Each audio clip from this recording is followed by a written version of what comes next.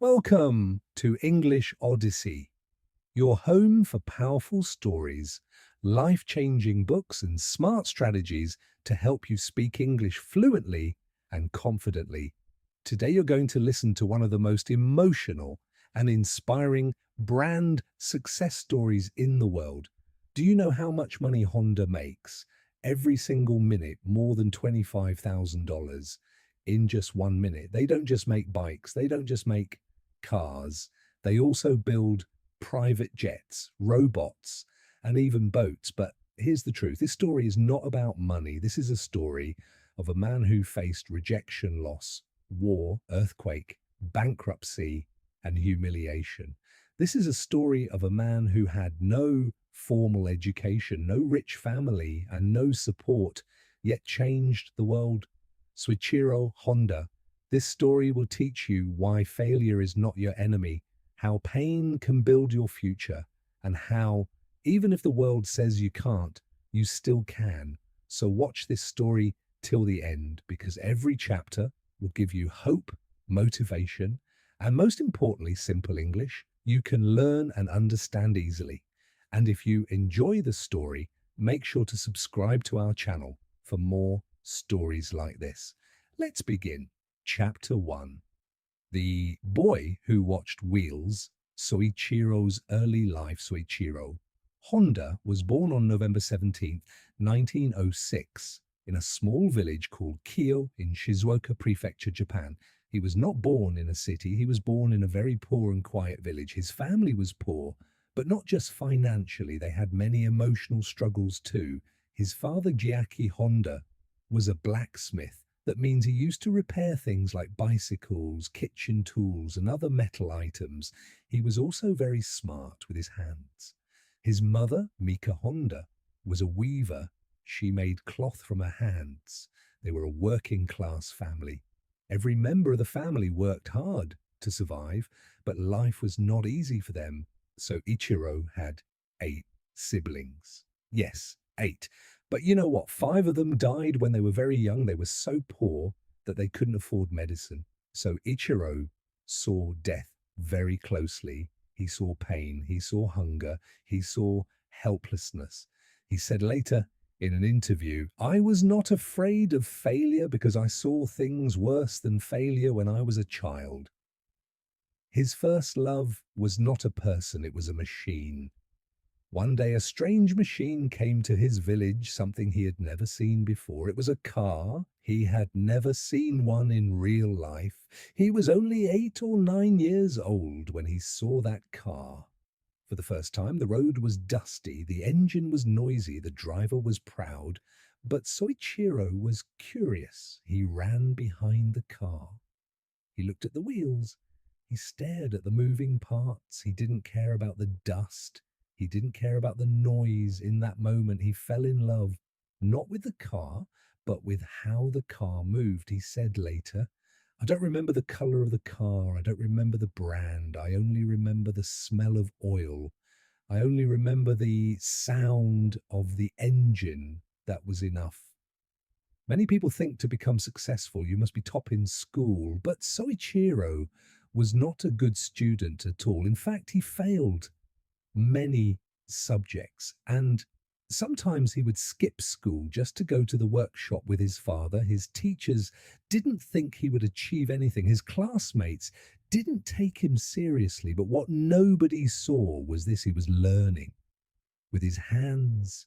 He loved machines, he loved engines, he loved building things. Sometimes he would collect old bicycle parts from the street and bring them home. He would fix them, build new things, break them again, and learn from his mistakes. His brain didn't like textbooks. His brain loved nuts, bolts, wires, tools, and gears. When Suichiro turned 15 years old, he did something very bold. He saw an advertisement in a newspaper for a mechanic job in Tokyo, the capital city. He had never been to a big city before. He had no money. He had no rich uncle in Tokyo, but he still applied, and guess what? He was selected. But the company didn't say, "We'll train you fully." They said, "You will be an assistant, you will clean, you will observe, you will not touch the tools for a long time. But Soichiro said, okay, he didn't want a perfect job. He wanted a place to learn. He worked under Archikai, a small auto repair shop. The owner was impressed because Soichiro worked harder than anyone else. He cleaned the floor. He observed every step. When someone repaired an engine, he watched every movement, listened to every sound, and remembered every detail. He stayed up late to learn more. He asked questions, he read manuals, and soon he started getting noticed. He was given his first chance to build a racing car engine. At age 17, he helped his company win a race. By the time he was 22 years old, he had big dreams. He didn't just want to fix cars, he wanted to build parts, create new technology, and start his own company. One day, he said, "The best learning is not in books, it's in failure hands-on, experience and your own passion." And with that vision, Soichiro started taking the first steps toward building his future empire, but life was going to test him many, many times. Chapter 2, Fire Failure, and the Rise of a Dream. After working for many years in the repair shop, learning everything about machines, engines, and parts, Suero finally opened his own small company. He called it Tokai Eastern Sea Precision Machine Company. What did his company do? It made piston rings an important part inside car engines. Every car needs piston rings. Without them, the engine will not work properly. So Soichiro thought, if I can build piston rings and sell them to big companies, my company will grow. He had no big machines, no team of experts. He had only a small workshop, some basic tools, and his hands. But what he had more than anything was belief in his dream. And now let's talk about the truth. The first time Suero made piston rings, they failed the second time. They also failed the third time. Still failed. Not one company wanted to buy them. Even the biggest car company in Japan at that time. Toyota rejected his work. They said the quality is too poor. These piston rings are useless. Can you imagine? After all that hard work, he got nothing. But did he stop? No. So Ichiro didn't cry. He didn't run away. He said something powerful. Success is 99% failure. So he kept working. He tested. He failed. He tested again. He went to a technical school in the evening to learn more science. He used his own savings to do experiments. He even sold his wife's jewelry to keep the business running. He tried more than 50 times to get it right. And finally, one day, it worked. After years of hard work, Toyota finally said, "Yes, we want your piston rings." This was like a dream come true, so Ichiro was very happy. He smiled and thought, now, my life will change. Now my business will grow. Toyota gave him a big contract. They said, "We will buy your piston rings in large quantity." Everything was going well. He started building a new factory. He hired people. He bought more tools. It looked like his dreams were becoming real, but life had other plans. In 1935, just when a factory was getting ready, a huge earthquake hit the area. Boom! The building collapsed. Machines broke, walls cracked. Everything he had built with so much love destroyed. People said, "Suero, this is a sign. Stop this business. Go get a job." But Soichiro said, "No, if I stop now, then everything I learned will be wasted." So he started again. He collected scrap metal. He rebuilt his factory piece by piece. He worked day and night fixing everything with his team. And just when things were getting better in the early 1940s, World War II started. And this time something even worse happened. Bombs were dropped over Japan. One of those bombs fell on Soichiro's factory. Boom, everything burned. His workshop, his tools, the building, it all turned into ashes. The dream he had built twice, gone again. So stood in front of the burnt building, smoke in the air. tears in his eyes, but inside his heart there was still fire. People again told him, "Oh, you lost everything, you can't start again." But he replied, "Success is not about how high you go, it's about how many times you stand up after falling." After the war ended, Japan was in a very bad condition. There was no money, no fuel, and no jobs. People had lost everything. So Ichiro looked around. People were tired. People had no transport. They were walking miles every day. Even bicycles were too expensive. And then Soichiro got an idea. He had an old army generator, a machine that creates power. He thought, what if I attach this small engine to a bicycle? And he did it. He created the first motorized bicycle in Japan. It was cheap, simple, and fast. People loved it. And just like that, a new company was born, Honda Motor Company. At this point, Soichiro could have named the company anything, but he chose to name it Honda after his own name. Why? Because he believed in accountability.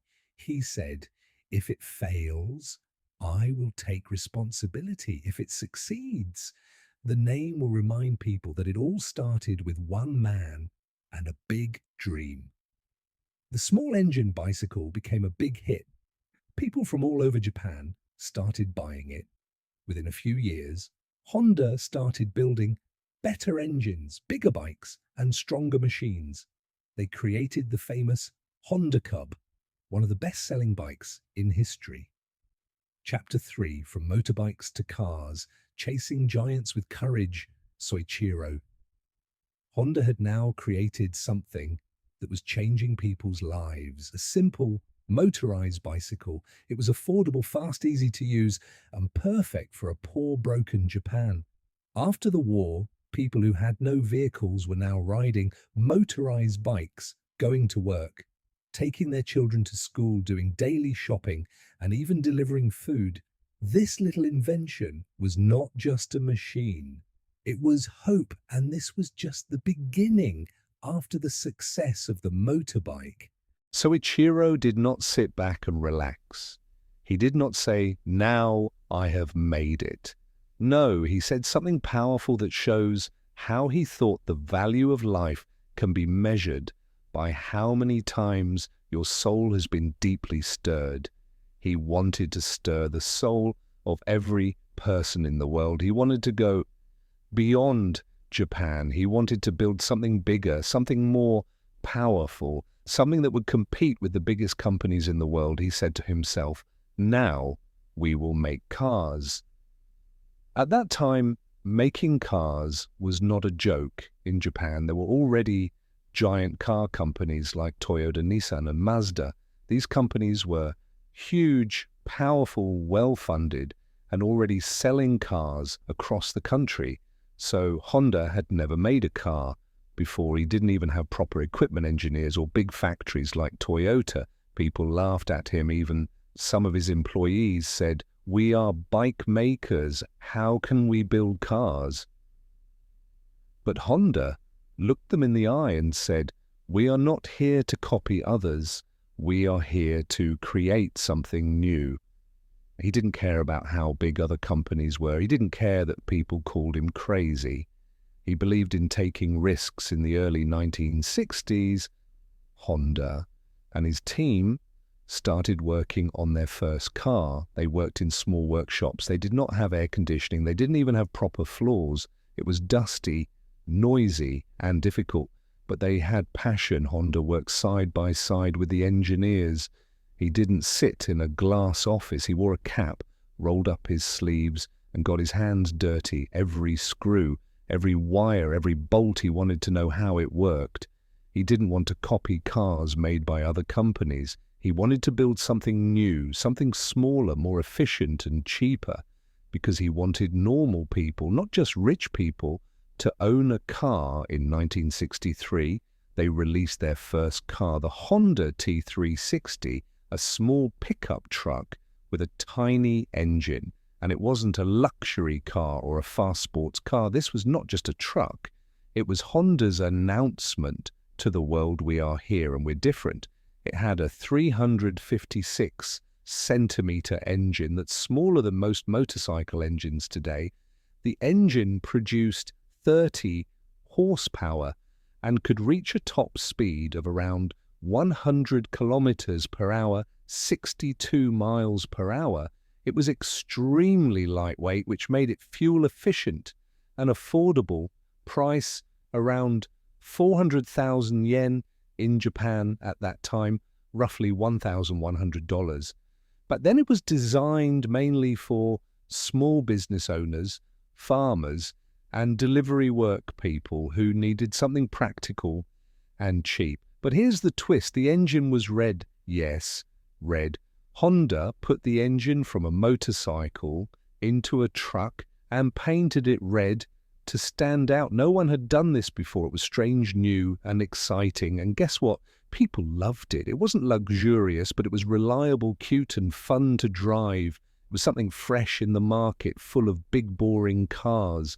More than 100,000 units were sold. That's how strong the impact was. Just a few months after the T360, Honda dropped another surprise, a car that looked like it came from the future. This was the Honda S500, their first passenger car, and it was completely different from what anyone expected. It had a 531 centimeter engine producing 44 horsepower, which was very powerful for such a small car. It could reach a top speed of 130 kilometers per hour, 81 miles per hour, faster than many bigger cars. It had chain-driven rear wheels, just like a motorcycle again. Honda doing things their way. Price around 459,000 yen, roughly 1,270. Back then it had a sleek, sporty design, a soft convertible top, round headlights and a curvy body. It looked like a toy, but it drove like a dream. At a time when Japanese cars were seen as basic and boring, the S500 showed the world that Honda was not afraid to be bold. This little sports car wasn't just for speed, it was for fun, freedom and dreamers. The result, people were amazed Honda wasn't copying anyone, they were creating their own path. A small pickup truck with a motorcycle heart, a sports car that felt alive. People started asking, who is this Honda company and what will they do next? These two cars, the T360 and S500, didn't just move on wheels, they moved people. They introduced the world to Honda's spirit, small engines, big dreams, and the courage to be different.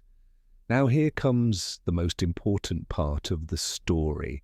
Honda didn't want to stop in Japan. He looked across the ocean at the United States of America, the land of Ford, Chevrolet, and Chrysler, the land where car companies were kings. Many Japanese companies were afraid to go to America. The market was difficult. People in the US liked big cars, powerful engines, and strong designs. Japanese cars were seen as small, weak, and strange, but Honda was different. He said, if we can make the best product, we can enter any market. In 1972, Honda released the Honda Civic. It was small, it was cheap, it was fuel efficient. And most importantly, it was reliable at first glance. It didn't look like a big deal. It was small, it was simple, it wasn't flashy or loud, but behind that little car was a big idea. Fuel efficient, it used very little petrol, people could drive longer and save money, reliable. It didn't break down often, it just kept going and going, affordable. Almost anyone could buy it. It was much cheaper than most cars, easy to drive. Simple design, smooth to handle, great for families, students and workers. At that time, America was going through a fuel crisis. Petrol, gasoline prices were rising. People needed smaller cars that used less fuel. Honda Civic arrived at the perfect time. It was like a gift for American families within a short time. Honda Civic became a massive success in the US. People in the US were shocked. They said, this little car from Japan is better than many of our big cars. Soichiro Honda had done something incredible. He had entered the biggest and most competitive car market in the world and won people's hearts. The name Honda was no longer just a Japanese brand. It became a global symbol of quality, innovation, and trust. After the Civic came another masterpiece. The Honda Accord launched in 1976. The Accord was larger than the Civic, but still fuel-efficient and smart. It became a favorite family car in America, Europe, and across the world. People started saying, if you want a car that lasts for years, buy a Honda. The Accord became one of the best-selling cars in American history. The name Accord means harmony, peace, and agreement. Honda chose this name because they wanted their car to be in perfect harmony with people and the world, comfortable, efficient, safe, something that simply felt right. And that's exactly what it became. What made the Accord special? When the Accord was released, it surprised people again, just like the Civic did. Fuel efficient. Even though it was bigger, it still saved fuel. Spacious and comfortable. It had more space inside. Great for families and longer journeys, smooth drive. It felt better on the road. The engine was strong but quiet, strong build. It was solid, safe and long-lasting. Affordable luxury. It wasn't too expensive, but it felt premium and people loved it. People who bought the Accord never stopped talking about it. They said things like, it's been 10 years and my Accord still runs like new. I've driven it across the country without a single problem. My dad had one. Now I have one too. It became a trusted name, a car that represented quality, trust, and smart choices. If the Civic was Honda's opening act, the Accord was the standing ovation. It showed the world that Honda wasn't just lucky, they were smart, consistent, and deeply connected to what people truly needed. Let me tell you something amazing. Soichiro Honda didn't act like a typical boss. He didn't wear expensive suits. He didn't sit in a luxury chair giving orders. He worked with his employees, not above them. He once said, a company is not a machine. It is a collection of people. If you take care of your people, they will take care of your customers. He treated every employee with respect, whether it was an engineer or a cleaner. He believed in learning from mistakes, and he never punished people for trying something new. At Honda, everyone was encouraged to think, to innovate, to speak up. This culture made Honda different from every other company. People don't just buy machines, they buy what the machine means to them. A father buys a bike to take his son to school. A young woman buys her first car with her own salary and cries, sitting in the driver's seat. A man loses his job but keeps his old Honda running while searching for the next opportunity. These stories are not about engines and tires. These are about dreams. Honda became a brand of stories, of journeys of life. And that's how Honda kept winning hearts, not with loud marketing, but with quiet trust. But the path wasn't always smooth. Honda faced hard times too. There were moments of failure, models that didn't sell, factories that had to be closed, but Honda never stopped. Why? Because failure was never feared, it was respected. Let's look at one example.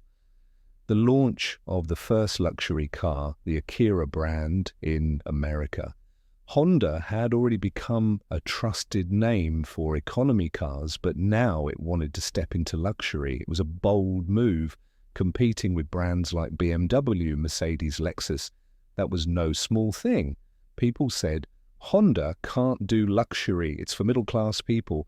But Honda answered with action. The Akira Legend was launched. Smooth, quiet, powerful, beautifully designed, and it worked. Akira became America's first successful Japanese luxury brand. Meanwhile, in the world of motorcycles, Honda was becoming the king in countries like India. People said, if you want a bike that never dies, buy a Honda. Farmers, students, delivery men, everyone trusted.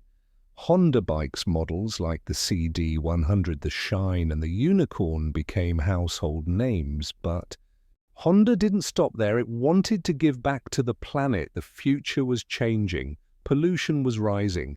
So Honda began focusing on green technology.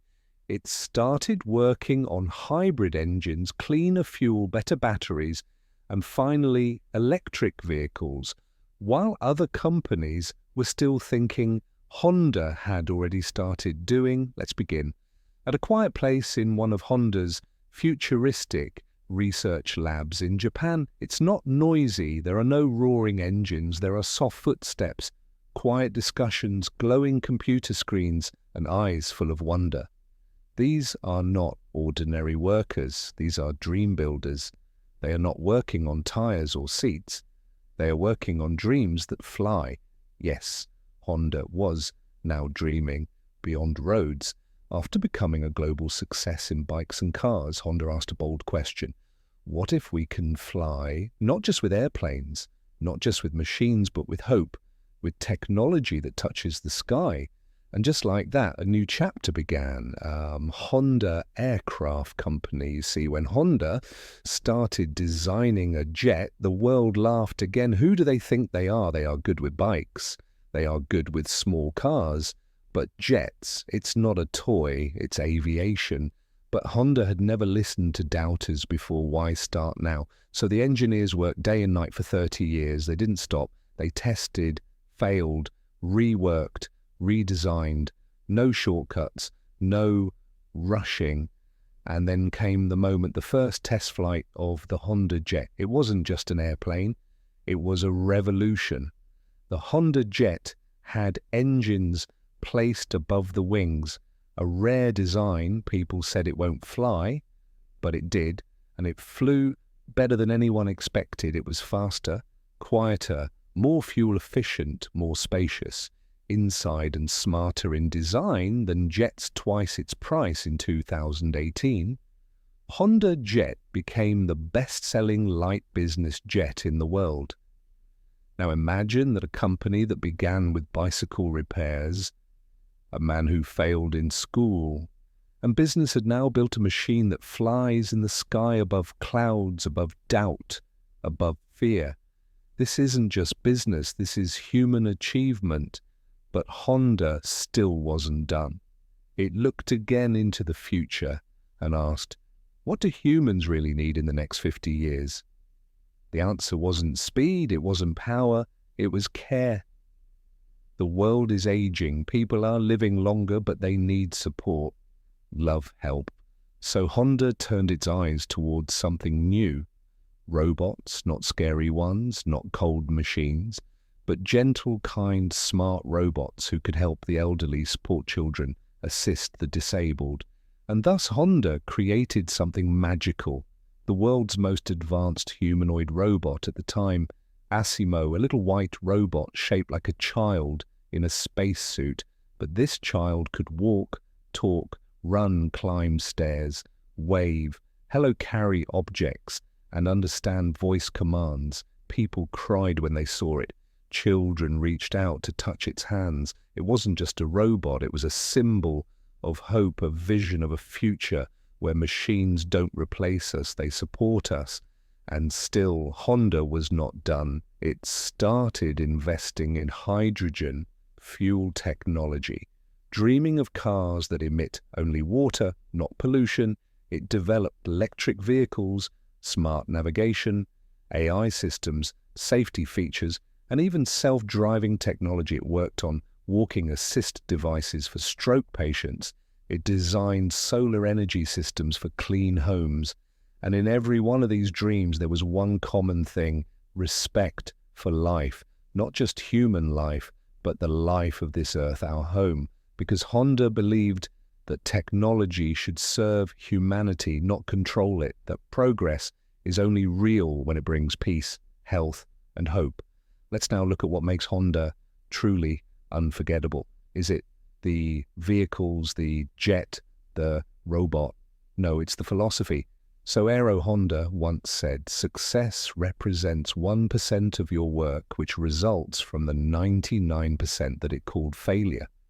That's it, the secret. He taught us that it's okay to fall, to cry, to be rejected, to be misunderstood, as long as you don't quit, as long as you stand up one more time, then you fall, as long as you believe in your dream more than the world believes in your failure. Honda is proof that ordinary people can do extraordinary things. It's proof that your background doesn't matter, only your belief does. So what happens now? Where does the story go from here? The truth is, it goes to you. Yes, you reading this final chapter. This is no longer Honda's story.